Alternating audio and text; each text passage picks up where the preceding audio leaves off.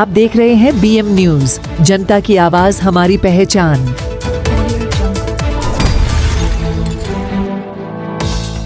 बदलापूरला जी घटना झालेली आहे ती अतिशय दुर्दैवी अशा प्रकारची घटना आहे। शाळेतल्या 2 अतिशय लहान मुलींना त्या ठिकाणचा सफाई करता ठेवलेला जो कर्मचारी आहे त्याने ज्या प्रकारे अत्याचार केलेला आहे ही अत्यंत निंदनीय आणि मन हिलावून टाकणारी अशा प्रकारची घटना आहे। या घटनेचा एक मोठा उद्रेक देखील जनतेमध्ये आपल्याला पाहायला मिळतो आहे।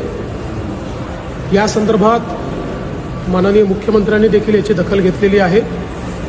आम्ही तात्काळ या संदर्भात सिनियर IPS ऑफिसर आरती सिंग ज्या IG लेवलचे ऑफिसर आहेत त्यांना नियुक्त केलेला आहे।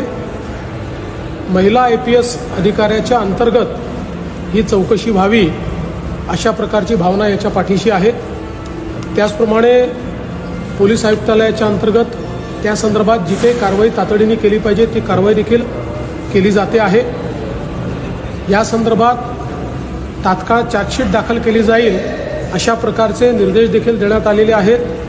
फास्ट ट्रॅक कोर्टाची निर्मिती करण्याचा प्रस्ताव देखील हा मागवण्यात आलेला आहे आणि कुठल्याही परिस्थितीमध्ये अशा नराधमांना त्या ठिकाणी तात्काळ शिक्षा व्हावी अशा प्रकारचा प्रयत्न हा राज्य सरकारचा आणि पोलीस विभागाचा असेल। त्या दृष्टीने जी कारवाई करणं आवश्यक आहे त्या सर्व कारवाईची सुरुवात ही अतिशय वेगाने करण्यात आलेली आहे। सर, जो मॉब आलेला आहे तो स्वयंस्फूर्तीनं आलेला आहे का? कारण त्याला नेतृत्व कुणाचंच नाही, ते अचानकपणे येऊन रेल्वे ट्रॅकवर उतरले। बघा, आता हा मॉब जो आलेला आहे हा स्वयंस्फूर्तीने आला किंवा कसा आला याच्यावर कमेंट करणं हे मला योग्य वाटत नाही।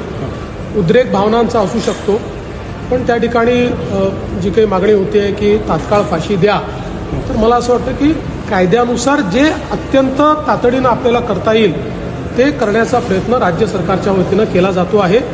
आणि मला असं वाटतं की या संदर्भात ज्या संवेदनशीलतेनं हे काम केलं पाहिजे तो प्रयत्न पोलीस विभागाचा देखील आहे।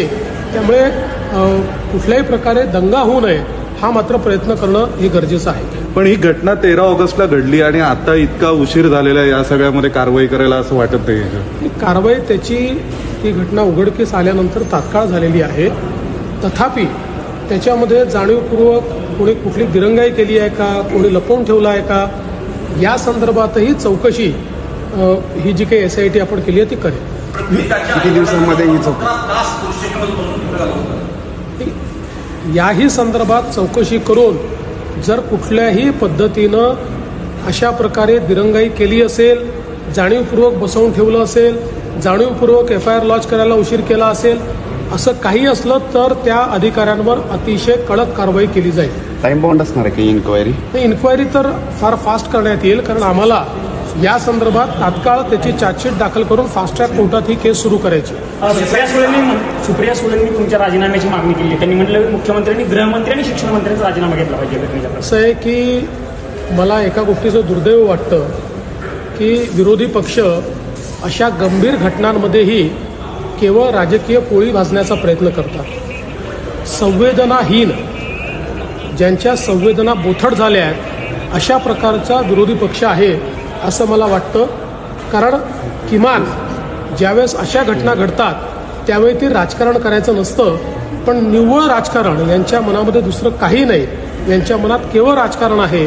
ते राजकारण आता त्यांच्या मनातलं बाहेर येत आहे। उद्धव ठाकरेंनी असं म्हटलंय की तिथे जो शाळेचा एक संचालक मंडळावरचा अधिकारी आहे तो भाजपचा पदाधिकारी आहे, सत्ताधाऱ्यांशी संबंधित आहे। मला असं वाटतं की उद्धव ठाकरे हे खरं म्हणजे राज्याचे माजी मुख्यमंत्री राहिलेले आहेत। त्यांच्यासारख्या व्यक्तींनी इतक्या खालच्या दर्जाला जाऊन राजकारण करणं हे त्यांना शोभत नाही। किमान अशा प्रकारच्या संवेदनशील घटना घडतात त्यावेळी जे मोठे नेते असतात त्यांनी राजकीय न वागता स्टेट्समनसारखं वागलं पाहिजे। त्यांनी राजकीय न वागता त्या ठिकाणी जनतेला काय दिलासा देता येईल आणि आपल्याला अशा प्रकरणात न्याय कसा मिळवून देता येईल अशा प्रकारचं वागायचं असतं, तशा सूचना करायच्या असतात।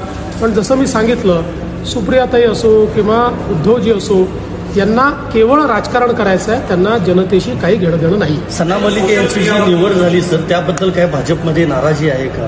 पण त्या संदर्भात माझी भूमिका मी स्पष्टपणे मांडलेली आहे आणि तीच भूमिका माझी आहे. सोशल मीडियावर बदलापूर बंदचं आव्हान केलं जात होतं आणि त्यातच एक परिस्थिती आहे, त्या आव्हानानंतर एक परिस्थिती बदलली आहे. गृह विभागाचं लक्ष होतं का या? असं आहे की गृह विभागाचं पूर्ण लक्ष त्याच्यामध्ये होतं आणि हे कोण करत होतं, त्यात किती जेन्युनिटी होती की नव्हती, या सगळ्या गोष्टी आत्ता कमेंट करायच्या गोष्टी नाही आहेत. आत्ता आपल्याला तिथे कायदा आणि सुव्यवस्था कशी नीट राखता येईल या संदर्भात लक्ष देणं गरजेचं आहे. मुलीच्या कुटुंबाला न्याय कसा देता येईल याकडे लक्ष देण्याची आवश्यकता आहे. या बाकी गोष्टींच्या संदर्भातले काही गोष्टी आम्हाला माहिती आहेत, त्याचे खुलासे आम्ही नंतर करू. या संदर्भात अधिकाऱ्यांची बैठक वगैरे तुम्ही काय घेणार का? मी आणि सीएम साहेब आम्ही दोघंही सगळ्या अधिकाऱ्यांशी बोललेलो आहे.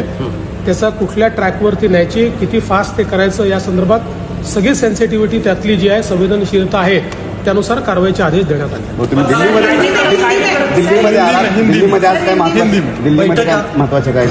ते दिल्लीमध्ये काही महत्त्वाच्या बैठकांकरता मी आलेलो आहे. आमची एक बैठक झालेली आहे, अजून 1-2 ठिकाणी मी भेट देणार आहे आणि त्यानंतर परत जातो. विधानसभा बैठक आहे. प्रकाश आंबेडकर आता एक बोलताना म्हणलेत की मनोज जरांगे यांना पुढे करून मध्यंतरी दंगली घडवण्याचे सुद्धा काही प्रकरणं सुरू होती, तेव्हा कट चालू होता. या संदर्भात समजा प्रकाश आंबेडकर साहेबांकडे काही माहिती असेल तर ती त्यांनी द्यावी, गृह विभाग ती पडताळून पाहिजे.